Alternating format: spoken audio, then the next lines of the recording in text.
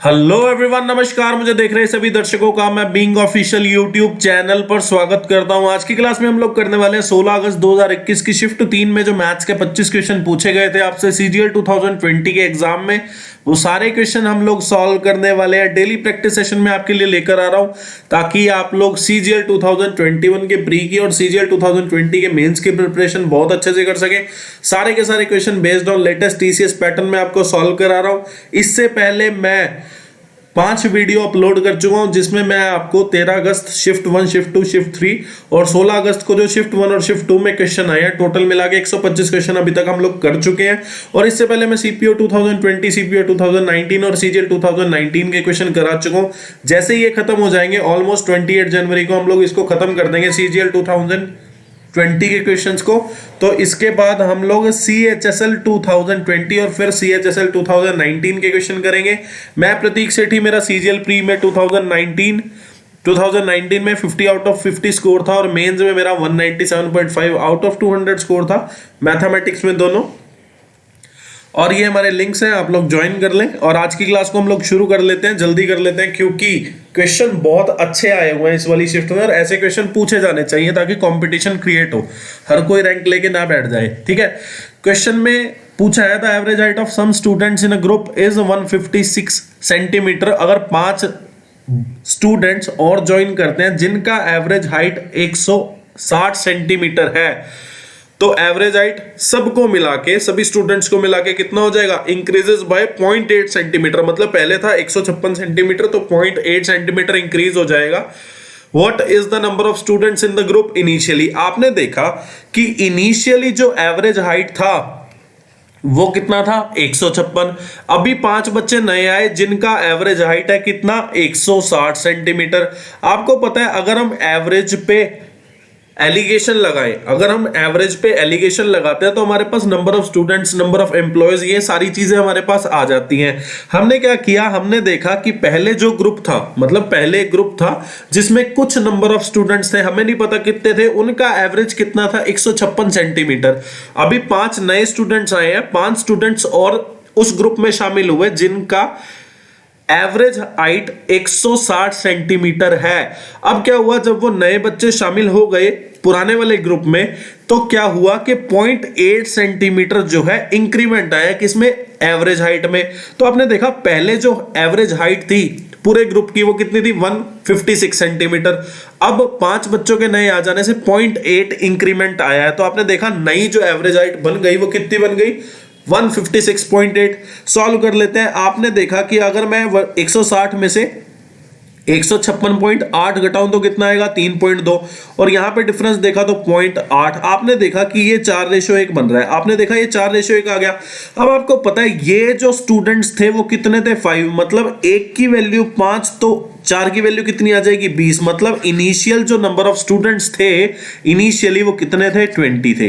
तो 4 की वैल्यू से आपका आंसर आ गया। क्वेश्चन में बोला है ट्रेडर बॉट 2 आर्टिकल्स फॉर इतना। मतलब ट्रेडर ने 2 आर्टिकल खरीदे जिसका कॉस्ट प्राइस दोनों का मिला के उसको कितना पड़ा? 490 रुपए। आपने मान लिया 2 आर्टिकल है, एक आर्टिकल को आपने ए मान लिया, दूसरे को बी मान लिया, तो ए का कॉस्ट प्राइस जो है आपने ए मान लिया, दूसरे आर्टिकल का जो कॉस्ट प्राइस है आपने बी मान लिया। आपने देखा कि एक को उसने 20% लॉस पे बेचा, मान लो उसने ए को 20% लॉस पे बेचा। आपने देखा कि ए को अगर वो 20% लॉस पे बेच रहा है, ए का कॉस्ट प्राइस ए है, तो मैंने क्या किया, अगर मैं सेलिंग प्राइस देखूं तो ए का सेलिंग प्राइस कितना आ जाएगा? आपको पता है cost price into 100 minus loss percentage by 100। या ये भी बोल सकते हैं कि 20% का घाटा हुआ, मतलब उसने कॉस्ट प्राइस की 80% वैल्यू पे बेच दिया। और ऐसे में ये बोल सकता हूं क्या कि बी का जो कॉस्ट प्राइस है, अगर मैं बी का सेलिंग प्राइस बताऊं, आपने देखा उसने दूसरे आर्टिकल को 16% प्रॉफिट पे बेचा, तो बी का कॉस्ट प्राइस मैंने बी मान लिया, cost price into 100 plus profit percent. आपने देखा प्रॉफिट परसेंटेज कितना? 16, 100 प्लस 16 116 हो गया बाय 100। और या फिर ऐसा भी बोल सकते हैं क्या कि कॉस्ट प्राइस से 16% ज्यादा रेट पे बेचा, तो 100% तो खुद की वैल्यू होगी, और 16% ज्यादा तो 116%, यानी 116/100 पे बेचा। तो आपके पास selling price of article A और selling price of article B आ गया। If the selling price of both the article same, दोनों का सेलिंग प्राइस सेम है, मतलब दोनों को इक्वल पुट कर दो। आपने देखा यहां से ये चला गया, और अगर मैं 4 पे काटूं तो यहां से आएगा 20, और यहां से कितना आ जाएगा आपके पास, 4 पे काटने पे आपके पास यहां से आ जाएगा 25 में 4 जोड़ू 29 आ जाएगा। तो आपने देखा ए रेशो बी का कॉस्ट प्राइस का जो रेशो आया, मतलब ए और बी आर्टिकल के कॉस्ट प्राइस का जो रेशो आया वो कितना आया, 29:20। आपको पता है टोटल मिला के इनका कॉस्ट प्राइस कितना, 490। रेशो का टोटल किया 49 आ गया, 49 की वैल्यू कितनी, 490, तो एक की वैल्यू कितनी आ गई, 10 आ गई। तो 29 की वैल्यू कितनी आ गई, 290, और 200 की वैल्यू, मतलब 20 की वैल्यू आपके पास कितनी आ गई, 200। आपसे पूछा है then the cost price of the article sold at 20% loss. 20% loss पे हमने बेचा किसको, ए को। तो ए का कॉस्ट प्राइस पूछा है, ए का कॉस्ट प्राइस कितना आ गया आपके पास, 290 रुपए। आसान क्वेश्चन है, पहले भी बहुत आता रहा है क्वेश्चन। ठीक है, इसमें वैल्यू पुट कर लेना। आपको पता है साइन 30 की वैल्यू कितनी होती है, 1/2। 1/2 की पावर अगर मैं 4 करूं तो 1/16, और यहाँ पे √3/2, तो √3 का स्क्वायर अगर मैं करूं तो 3 का स्क्वायर 9/16 आ गया यहाँ से, -3, और साइन स्क्वायर 45 डिग्री। तो आप यहां से देखोगे कि साइन 45 होता है 1/√2 का 1/2, और 2 × 1/2। अब आपने इसको सॉल्व किया तो आपने देखा 4 × 10/16 लिखा है, और 3, और ये लिखा है -1/2। ठीक है, तो ये ऐड हो जाएगा यहाँ पे। आपने देखा कि यहाँ से आ गया 4, 5/2, और 5/2 में अगर मैं 3/2 ऐड करूँ तो 8/2 की वैल्यू कितनी होगी, 4 इज द करेक्ट आंसर। अब ये वाला क्वेश्चन है, देखो हमने क्या किया, हमने सबसे पहले स्क्वायर कर दिया दोनों साइड। आपने स्क्वायर किया तो आप यहाँ पे देखते हो क्या लिखा है, a² + b² + 2ab। ठीक है, यहाँ पे वैल्यू कितनी, 25। आपको पता है x² + y² + 4y² की वैल्यू आपको कितनी दी है, 53। आपके पास 4xy की वैल्यू कितनी आ जाएगी, 53 - 25, जिसको मैं बोल सकता हूं क्या, 28। ठीक है, 13 में से 5 गए कितने होते हैं, 8। 28। ठीक है, अब आपसे पूछा गया कि x³ - 8y³ की वैल्यू बताएं। आपको पता है कि अगर मैं x को a मान लूं,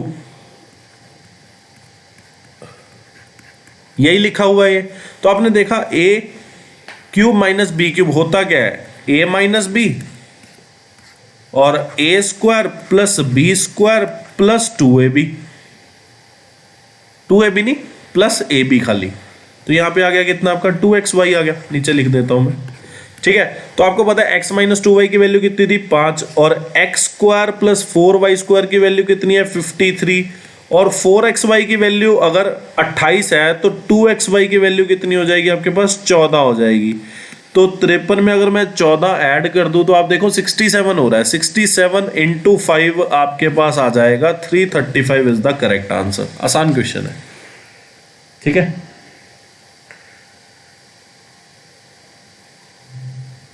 नेक्स्ट क्वेश्चन।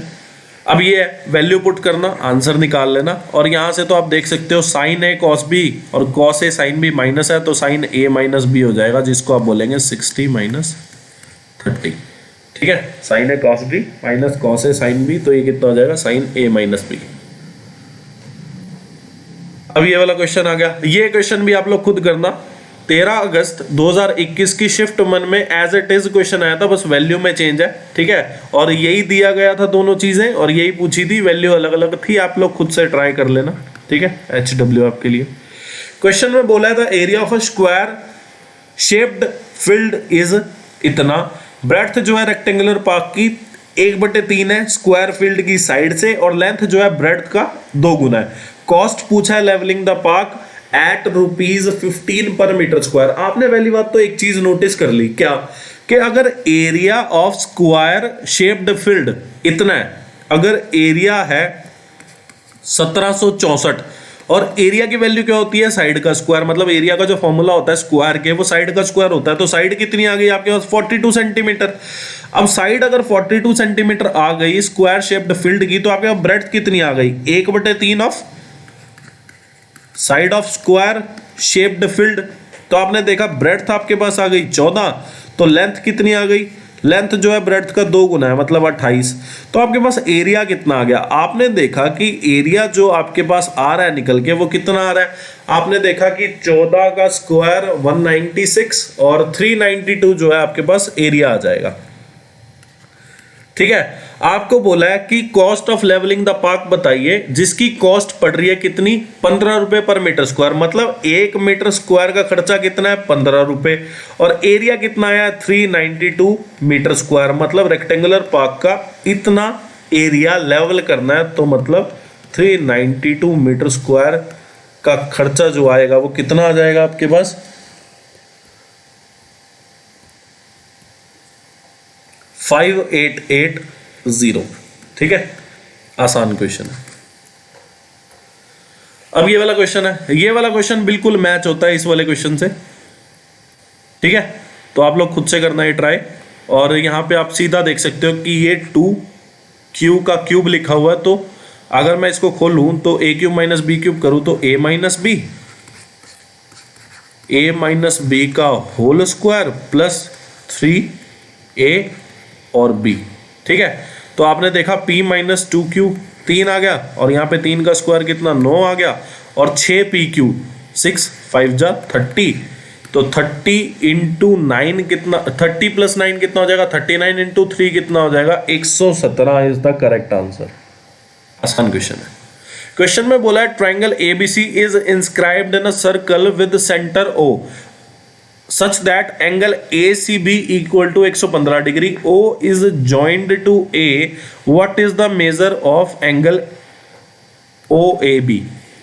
देखिए, पहली बात तो आपको ये पता होनी चाहिए कि अगर ये सर्कल है, ये सेंटर है, ठीक है, तो ट्राइंगल बनेगी किस हिसाब से, क्या ट्राइंगल इस हिसाब से बनेगी, ठीक है, क्या ट्राइंगल मतलब ट्राइंगल की जो एक साइड होगी वो डायामीटर होगी, ठीक है, या ट्राइंगल जो है सेंटर से ऊपर होके बनेगी।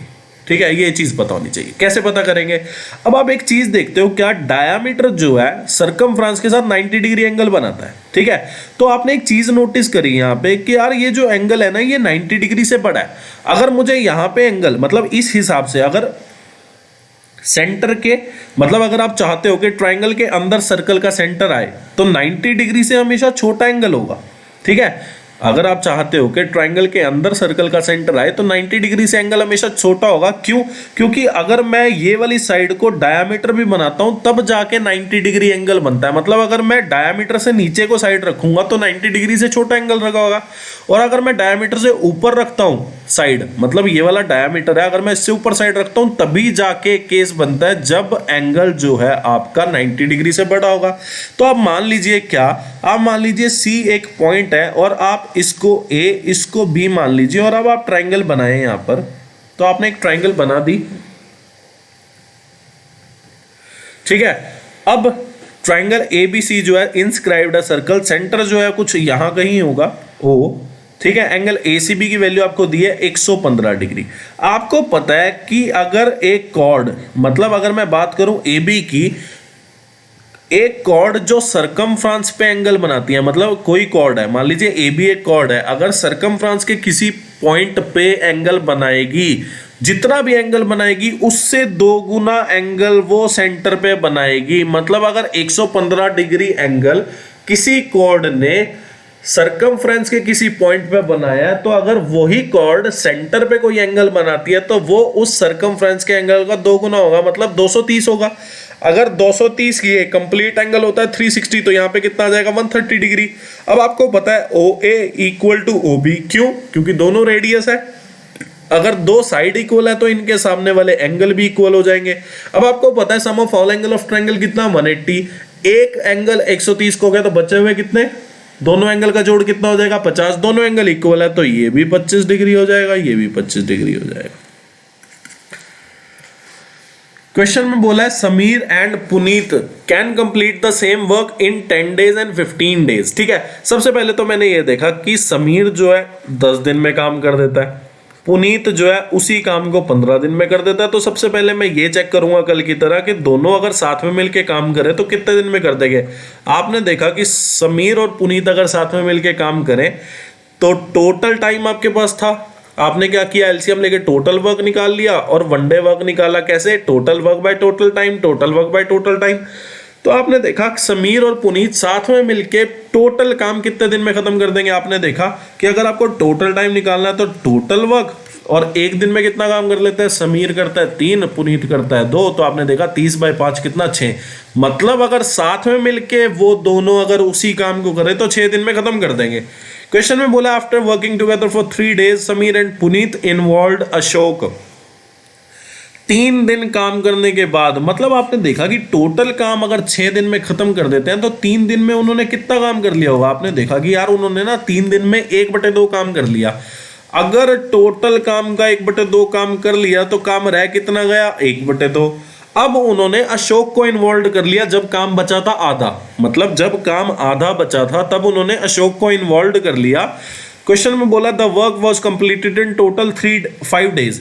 मतलब आपने देखा कि यार टोटल जो है 5 दिन लगे काम को खत्म करने में। इसमें से इन 5 दिन में से पहले 3 दिन तो समीर और पुनीत काम कर चुके हैं, तो बचे कितने, अब 2 दिन। मतलब 1/2 काम जो है वो 2 दिन में खत्म किया। किस किसने, समीर ने, पुनीत ने और अशोक ने। तो आपने देख लिया कि समीर, पुनीत और अशोक अगर साथ में मिलके काम करे तो आधा काम जो है 2 दिन में कर देते हैं, तो पूरा काम कितने दिन में कर देंगे, 4 दिन में कर देंगे। अब आपको एक चीज यहां से पता चलती है क्या, कि समीर, पुनीत और अशोक अगर साथ में मिलके काम करेंगे तो 4 दिन में काम को उड़ा देंगे। और आपको पता है समीर अगर उसी काम को करेगा तो 10 दिन में कर देगा, पुनीत अगर उसी काम को करेगा तो 15 दिन में कर देगा। आपने फिर दोबारा से क्या करना है, टोटल वर्क निकालना है। टोटल वर्क आपने निकाला 10 और 15 और 4 का एलसीएम कितना आ गया आपके पास, 60। ठीक है, ये जस्ट हमारा माना हुआ टोटल वर्क है। एलसीएम लेके हम अपनी वैल्यूज मानते हैं जिससे हमारा क्वेश्चन आसानी से सॉल्व हो जाए। अगर आप कहते हैं कि यार सर आपने यहाँ पे 30 रखो दोबारा, कोई बात नहीं, मुझे तो कोई दिक्कत नहीं, मैं दोबारा 30 रख लेता हूँ, टोटल वर्क में दोबारा 30 मान लेता हूँ, मुझे तो कोई दिक्कत नहीं। देखो ठीक है, तो मैंने क्या किया, 30 मान लिया। वैसे तो 4, 10, 15 अगर आपको आसान करना है तो आप एलसीएम 60 मान रहे हैं इसका, क्योंकि इसका एलसीएम 60 आना है। अगर आप 30 मानेंगे तब भी क्वेश्चन सॉल्व होगा। आपने देखा समीर का वनडे वर्क 3 आ गया, पुनीत का 2 आ गया, और समीर, पुनीत और अशोक का वनडे वर्क कितना आ गया, 30/4, जिसको मैं बोलूंगा 7.5। अब यहां से आप लोगों ने एक चीज देखी क्या, कि समीर, पुनीत और अशोक का वनडे वर्क कितना, 7.5, जिसमें से समीर ने काम कितना किया, 3, पुनीत ने कितना किया, 2। आपने देखा समीर एक दिन में कितना काम करता है, 3, पुनीत कितना करता है, 2। और समीर, पुनीत और अशोक तीनों मिला के 7.5 काम कर रहे हैं। तो आप यहां से एक चीज एनालाइज कर गए कि यार अशोक जो है दिन का 2.5 काम कर रहा है। ठीक है, आपने देखा कि समीर, पुनीत और अशोक का जो वनडे वर्क का रेशियो है वो कितना है, 3:2:2:2.5। या फिर मैं ऐसा बोल सकता हूं कि अगर मुझे पॉइंट हटाना है तो मैं क्या करता हूं, 2 से मल्टीप्लाई, 6, 4, 5। मतलब समीर अगर 6 काम करता है एक दिन का तो पुनीत 4 करेगा और अशोक 2 करेगा। आपने देखा कि समीर ने कितने दिन काम किया, आपने देखा कि समीर और पुनीत ने ना टोटल 5 दिन काम किया। मतलब पहले 3 दिन तो उन्होंने ही किया और बाद के 2 दिन उन्होंने अशोक को साथ मिला लिया। मतलब समीर और पुनीत ने तो दोनों ने मिला के 5 दिन काम तो किया ही किया। तो आपने देखा कि एक दिन में 6 काम तो 5 दिन में कितना काम कर देगा, एक दिन में 4 काम तो 5 दिन में कितना काम कर देगा। फिर आपने देखा कि अशोक ने लास्ट के 2 दिन काम किया है। पहले 3 दिन तो समीर और पुनीत ही लगे हुए थे, लास्ट के 2 दिन काम किया किसने, अशोक ने, क्योंकि टोटल 5 दिन काम हुआ है। तो आपने देखा 30, 20 और 10, मतलब जो वर्क हुआ है, जो टोटल वर्क 60 हमने माना था। या फिर आप ऐसा बोल सकते हैं कि यहाँ पे छोड़ो, आप हटाना मत, नहीं तो आप कंफ्यूज हो जाओगे। आप इसको पॉइंट मत हटाओ यहाँ से, फिर कहोगे आप कि सर यहाँ पे 30, 60 कैसे हो गया। वो मैं पहले 60 इसीलिए लिख रहा था। ठीक है, अब दोबारा देख लो, पहले 60 वर्क मैंने ऐसे ही लिखा था क्योंकि मैं इसका डेसिमल नहीं हटा मतलब लेना नहीं चाह रहा था, मैं पॉइंट में नहीं लेना चाह रहा था। अब पॉइंट हटाएंगे दोबारा टोटल वर्क 60 आ जाएगा। दोबारा देखो क्वेश्चन में आपने देखा कि एक दिन में समीर कितना काम करता है 3, पुनीत कितना 2 और अशोक कितना करता है 2.5। आपने देखा समीर और पुनीत दोनों मिला के कितने दिन काम करते हैं 5 दिन। तो आपने देखा समीर भी 5 दिन काम कर रहा, पुनीत भी 5 दिन, और अशोक जो है 3 दिन के बाद आया, इसने कितना काम किया 2 दिन। तो आपने देखा एक दिन में 2.5 काम, तो 2 दिन में कितना कर देगा 5 काम। अशोक ने किया 5 काम, पुनीत ने किया 10 काम, समीर ने कितना किया 15 काम। तो काम का रेशो जो है किस रेशो में डिवाइड हुआ इतना, मतलब वर्क का जो रेशो है, जो वर्क का रेशो है मतलब जो काम का रेशो है, भाई समीर ने 3 काम किया, पुनीत ने 2 किया और अशोक ने 1 काम किया। टोटल काम के पैसे कितने मिले 4500 रुपए काम के हिसाब से डिवाइड हो जाएंगे। आपने देखा टोटल काम कितना किया 6,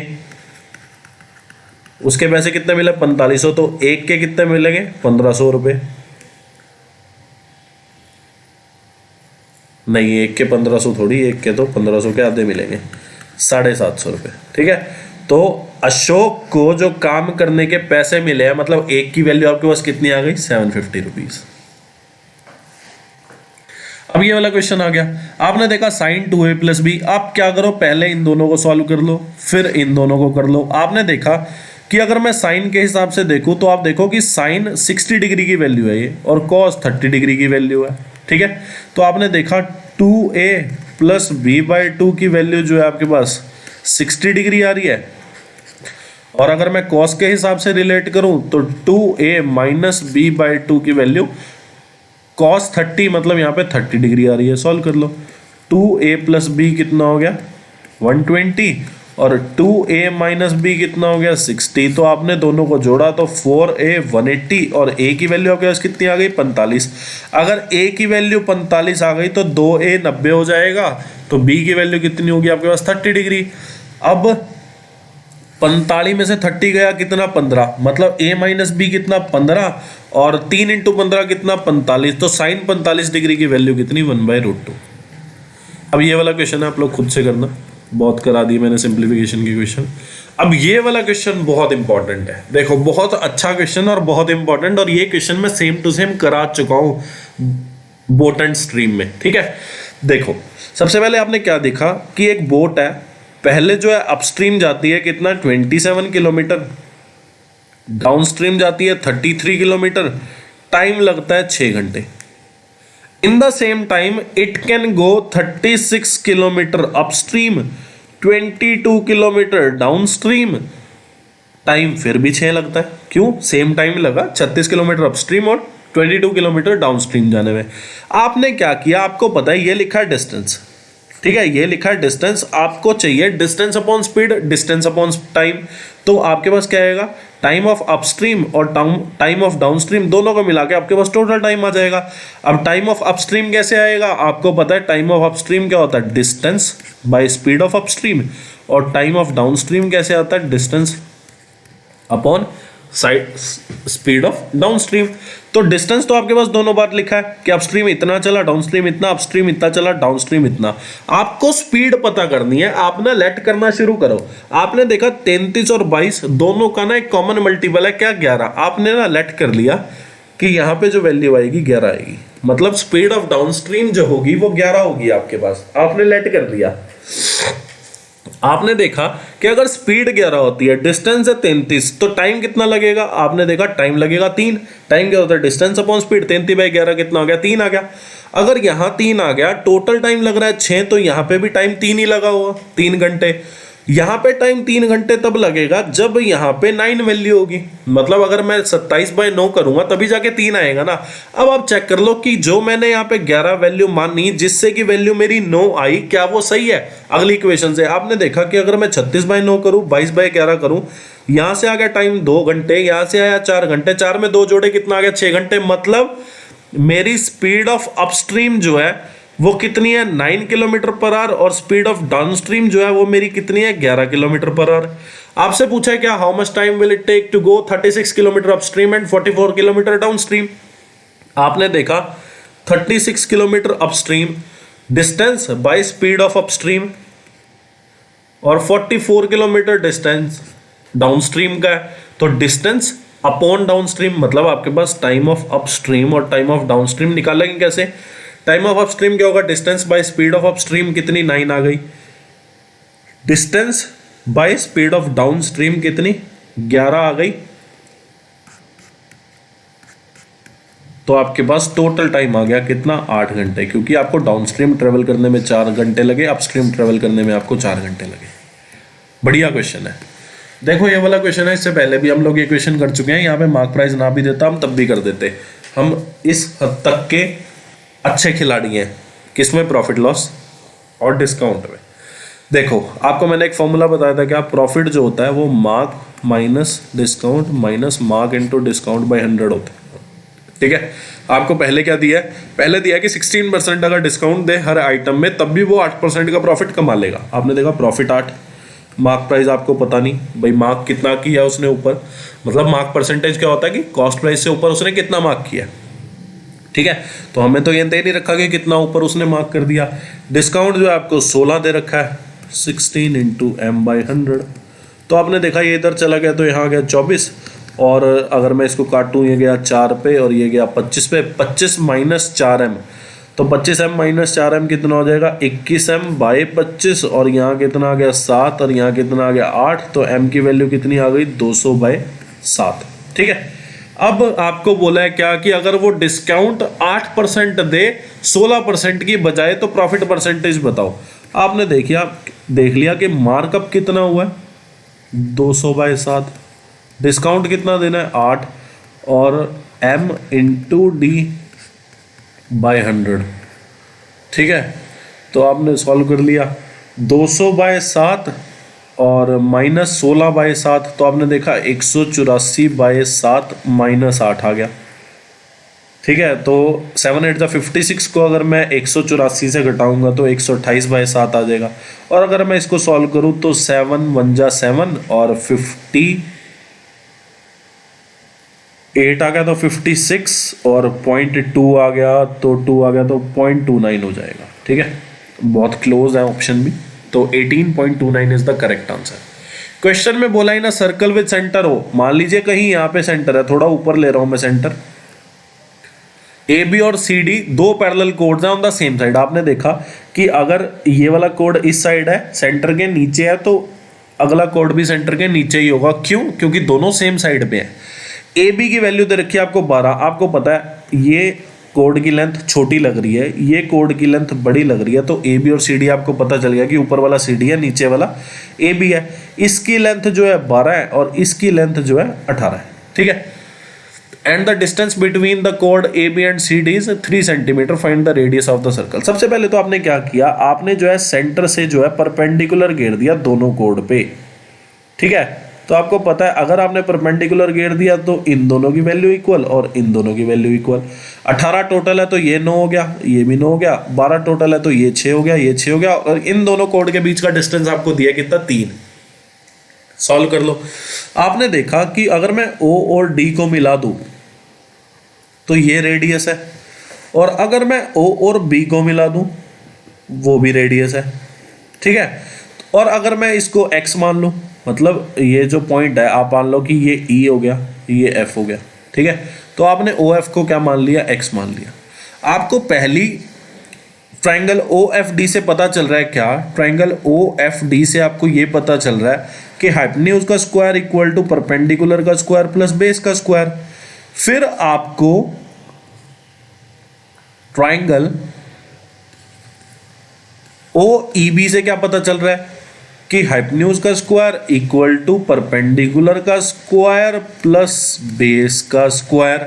आपको पता चल गया आर स्क्वायर अगर इतना है इक्वल, मतलब अगर आर स्क्वायर इक्वल टू इतना या आर स्क्वायर इक्वल टू इतना, तो ये दोनों भी आपस में इक्वल हो गया। मतलब एक्स स्क्वायर प्लस 9 का स्क्वायर इक्वल टू 6 का स्क्वायर और x प्लस 3 का स्क्वायर।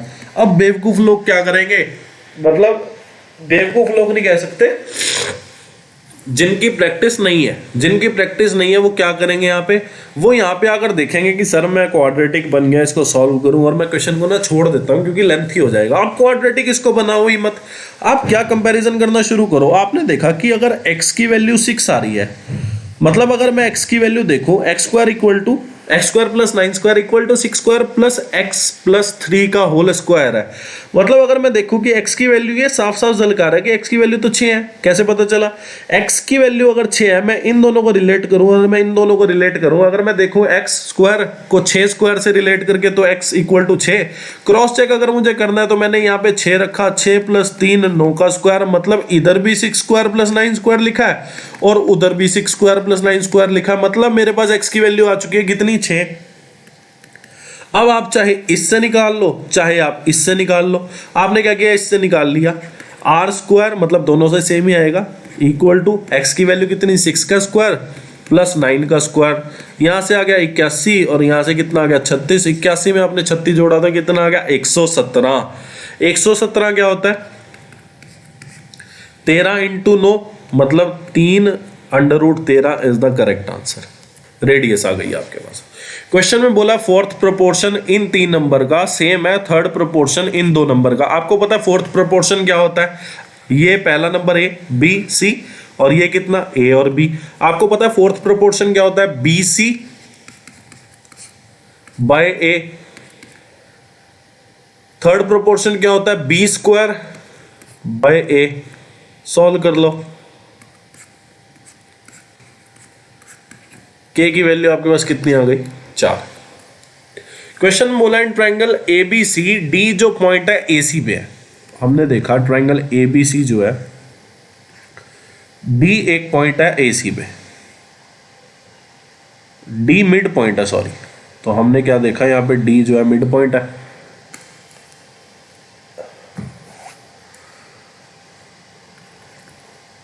मतलब ये दोनों आपस में इक्वल। ई जो है पॉइंट ए बी पे है, मान लीजिए कहीं यहां होगा पॉइंट ई, ठीक है। सच दैट ई सी जो है बाइसेक्ट कर रही है बी डी को। पहले तो आप ई सी को मिलाएं, फिर आप बी डी को मिलाएं।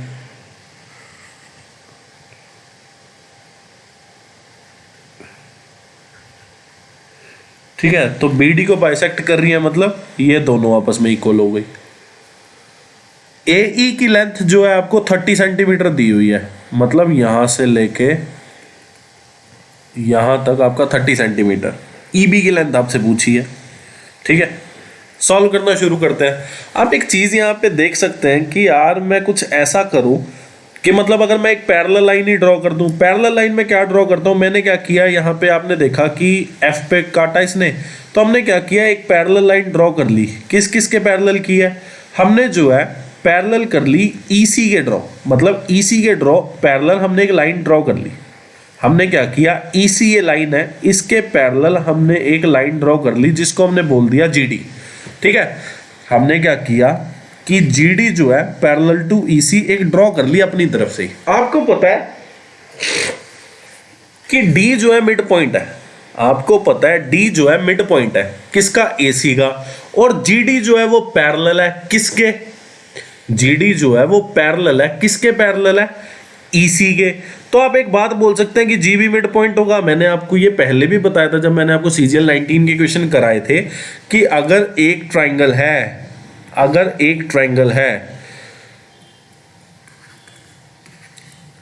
और यहां पे अगर बोला जाए क्या कि डी जो है मिड पॉइंट है ए बी का और ए सी का मिड पॉइंट है ई, तो अगर मैं डी ई को मिला दूंगा तो डी ई जो है वो पैरेलल होगी बी सी के। या फिर अगर ये चीज बोली जाए, मतलब तीनों में से दो चीज भी कोई बोली जाए, तो तीसरी चीज ऑटोमेटिक सही है क्या?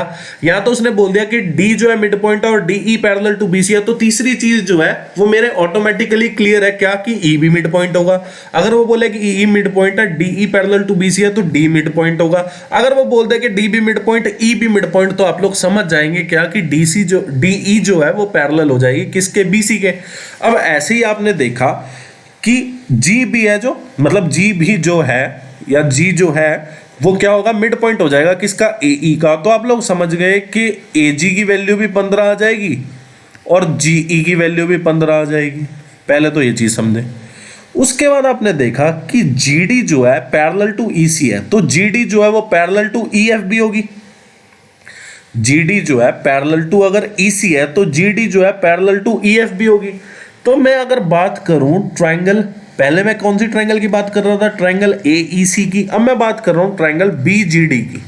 ठीक है, इसमें जो है ईएफ जो है वो पैरेलल है जीडी के, और आपको पता है एफ जो है बाइसेक्ट कर रहा है बीडी को, मतलब एफ जो है मिड पॉइंट हो जाएगा।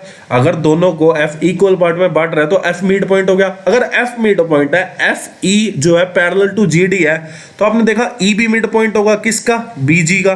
तो अगर ई मिड पॉइंट होगा बीजी का, तो अगर जीई की लेंथ 15 है तो बीई की लेंथ भी कितनी आ जाएगी, 15, मतलब 15 centimetre is the correct answer. अब ये वाला क्वेश्चन है, क्वेश्चन बोला डीई जो है पैरेलल टू एबी, आपने मान लिया डीई ये, ठीक है, और डी और ई जो दो पॉइंट है वो एसी और बीसी पे, हमने सही बनाई है फिगर।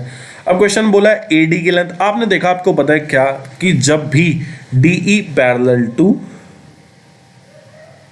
एबी होगा तो ट्रायंगल सी डी ई जो है वो सिमिलर हो जाएगी ट्रायंगल किसके, सी ए बी के। ठीक है, उसके बाद आपको पता है C D by A C, C E by B C. A C की आपको लेंथ दे रखी है कितनी, 2x, बी सी की दे रखी है 2x प्लस 3, और उसके बाद आपको ए सी की लेंथ दी है, मतलब इस पूरे की लेंथ दी है 2x, और नीचे वाले की दे दी ए डी, तो सी डी की लेंथ कितनी हो जाएगी, अगर मैं ए सी में से ए डी घटा दूं, और ऐसे ही अगर मैं बी सी में से बीई घटा दूं तो सीई की लेंथ आ जाएगी। बीसी की लेंथ कितनी, इतनी,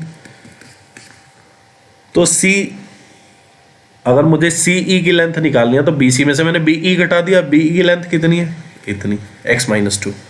तो आपने देखा, मैंने इसको जब सॉल्व कर लिया तो आपकी वैल्यू कितनी आ गई, यहाँ पे आपकी वैल्यू आ गई x प्लस 3 बाय 2x और x प्लस 5 2x प्लस 3। अब आपको x की वैल्यू निकालनी है और ऑप्शन में x की वैल्यू दे ही रखी है, तो आप लोग पुट करना शुरू कर दो। आपने किया 8 पुट, 8 और 3 11 बाय 16 और 8 5 13, नहीं जाएगा। ठीक है, उसके बाद आपने देखा 9 वैल्यू पुट कर लो, 9 प्लस 3 12 और 9 इंटू 2 कितना 18, 9 प्लस 5 14 और 2 इंटू 9 18 प्लस 3 21। तो आपने देखा ये भी 2/3 ये भी 2/3, हाँ वैल्यू जो है x की कितनी हो जाएगी, 9। क्वेश्चन में बोला है find the difference between the square of the greatest value and smallest value of p, मतलब स्मॉलेस्ट वैल्यू ऑफ p की ग्रेटेस्ट वैल्यू का स्क्वायर माइनस p की स्मॉलेस्ट वैल्यू का स्क्वायर पूछा आपसे। आपने देखा कि ये जो नंबर है डिविजिबल बाय 3 होना चाहिए, डिविजिबल बाय 3 मतलब 5 और 3 8 10 और यहाँ पे आ गया 16। 16 में मैं क्या ऐड करूं कि नंबर जो है 3 पे जाए। आप देखोगे अगर मैं 16 में 2 ऐड करूं 18 3 पे जाएगा, 2 के बाद फिर मुझे 3 3 ऐड करना पड़ेगा, 2 में 3 ऐड किया, 5 में 3 ऐड किया 8। तो आप देखोगे कि ग्रेटेस्ट वैल्यू ऑफ p जो हो जाएगा इतना, स्मॉलेस्ट वैल्यू जो है p इतना, तो ग्रेटेस्ट वैल्यू 64, मतलब ग्रेटेस्ट वैल्यू 8 का स्क्वायर 64 माइनस 2 का स्क्वायर कितना 4, तो 60 आपकी वैल्यू आ गई। और ये वाला क्वेश्चन है बहुत आसान है, बहुत करे हमने ऐसे क्वेश्चन, मतलब बहुत ही ज्यादा। आपने देखा सर्टेन अमाउंट जो है इतनी बन गई 2 साल में, और 3 साल में जो है अमाउंट कितनी बन गई, इतनी बन गई। तो आपने एक चीज यहाँ पे नोटिस कर ली क्या, कि मुझे पता है कि अमाउंट का फॉर्मूला क्या होता है, प्रिंसिपल 1/1 प्लस r बाय 100 की पावर t। तो अमाउंट कितनी, प्रिंसिपल आपको पता ही नहीं। एक इक्वेशन तो ये बन गई, दूसरी इक्वेशन बन गई ये, ठीक है। तो अगर मैं सेकंड को डिवाइड कर दूं फर्स्ट से, तो आप देखेंगे सबसे पहले तो प्रिंसिपल से प्रिंसिपल गया और पावर जो है 1 रह जाएगी लास्ट में, मतलब 1/1 प्लस r बाय 100 की पावर 1, और यहाँ पे कितना हो गया 314928, और यहाँ पे कितना आ गया 291600। अगर आप देखें कि 29160 को ये काटेगा एग्जैक्टली 108 पे, तो 108/100 हो गया। तो आप सॉल्व कर लो, r 108/100 माइनस 1, ये कितना हो गया 108 माइनस 100 कितना 8/100। तो r की वैल्यू जो आपके पास कितनी हो गई 8%।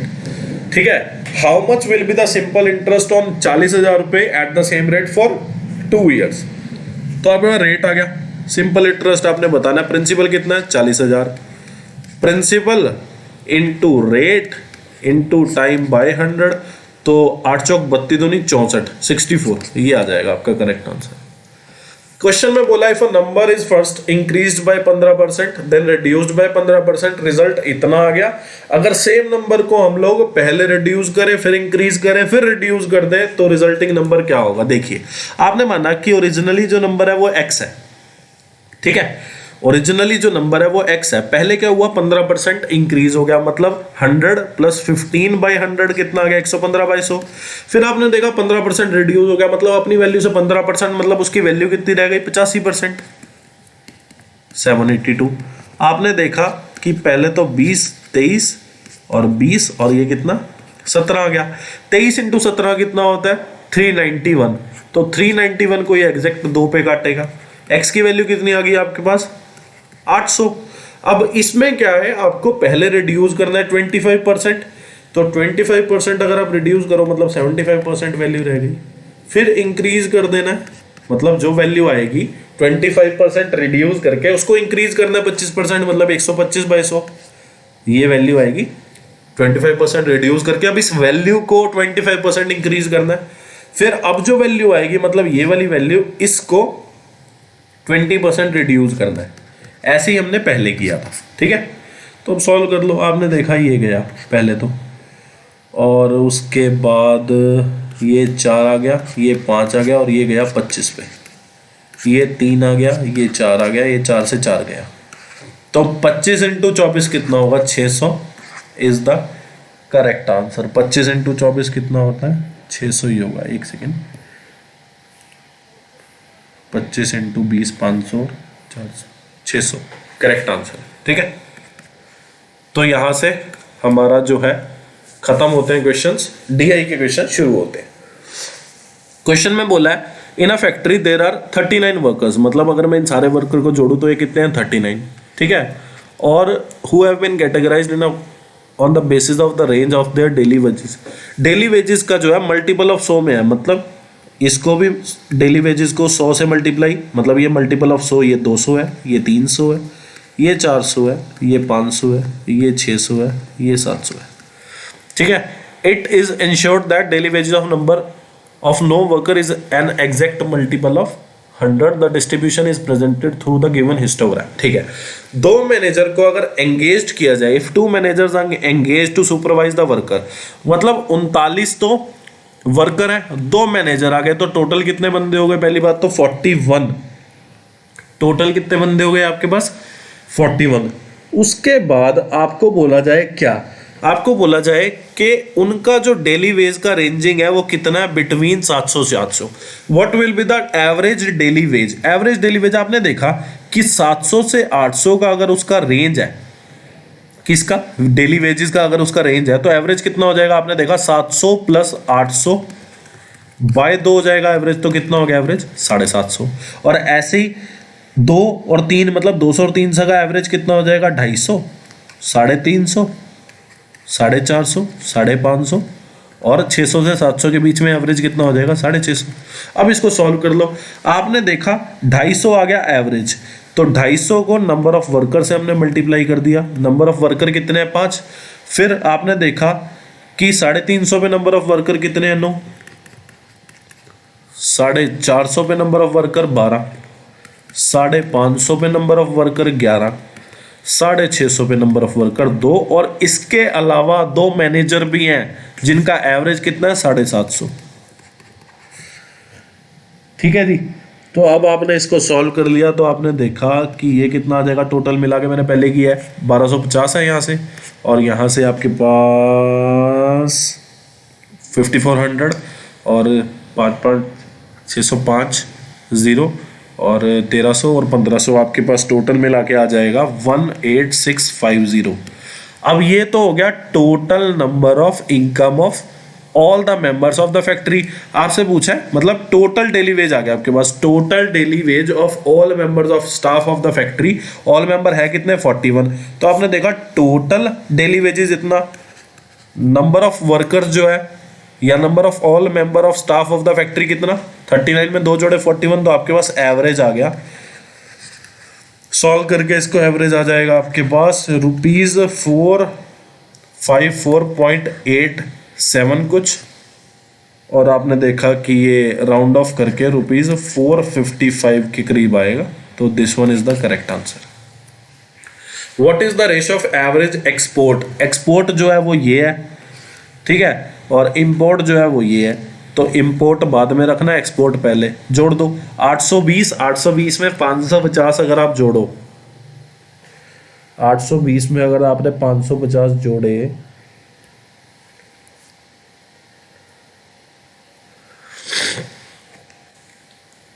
तेरह सौ सत्तर 480, और अगर मैं 620 1100, तो 2470 आ गया आपके पास। 2470 आ गया टोटल एक्सपोर्ट जो है आपके पास, 2470 आ गया। और इसका एवरेज कितना बटे 5 कर देंगे, क्योंकि 5 साल है, 1 2 3 4 5।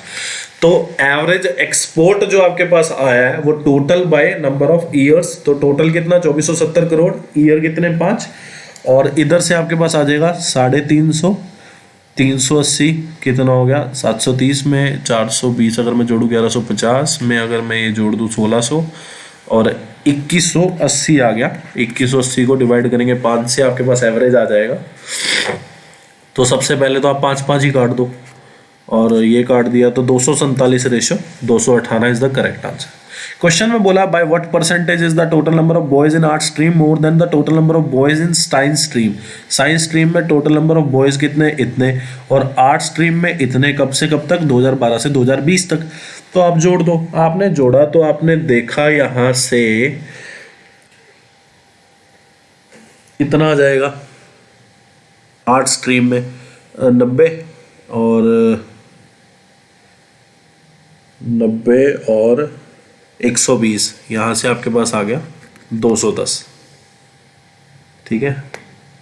हाँ 210 आ गया आपके आर्ट स्ट्रीम के बॉयज़ 2012 से 2020 तक, और साइंस स्ट्रीम के आपके पास आ जाएंगे 120।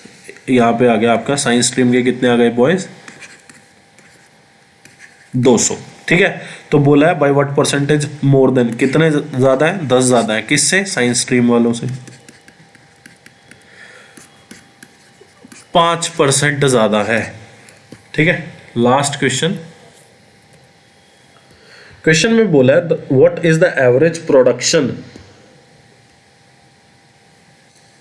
Of fertilizers of company A. Company A कौन सी, ये वाली। फर्टिलाइजर जो है 2008 के, 2009 के और 2010 के। तो आपने देखा 670 में अगर मैं 460 जोड़ दूं तो कितना आ गया, 1130 में अगर मैं 580 जोड़ूं तो 1710 आ जाएगा, सॉरी। तो 1710, और आपसे पूछा गया एवरेज प्रोडक्शन बतानी है। टोटल प्रोडक्शन इतनी, टोटल नंबर ऑफ ईयर इतने, तो आपके पास एवरेज कितना आ जाएगा, आपके पास 570 आ जाएगा, ठीक है। तो 570 इज द करेक्ट आंसर। और आज की वीडियो के लिए इतना ही। उम्मीद करता हूँ आपको अच्छी लगी होगी और आपके सारे क्वेश्चन सॉल्व हो गए होंगे। थोड़ी लेंथी है वीडियो, क्योंकि क्वेश्चन अच्छे अच्छे पूछे जा रहे हैं। आपकी बार लाइक कर देना वीडियो को, चैनल को सब्सक्राइब कर देना, शेयर कर देना, फ्रेंड रिलेटिव ना जो भी तैयारी कर रहा हो कमेंट कर लेना, फॉलो कर देना, और कोई भी डाउट हो कमेंट के थ्रू पूछ सकते हैं आप लोग, और HW में जो क्वेश्चन दिए हैं उसके जवाब देना, ठीक है। And thanks for watching this video. आप लोग खुश रहे, तैयारी करते रहे। Thank you.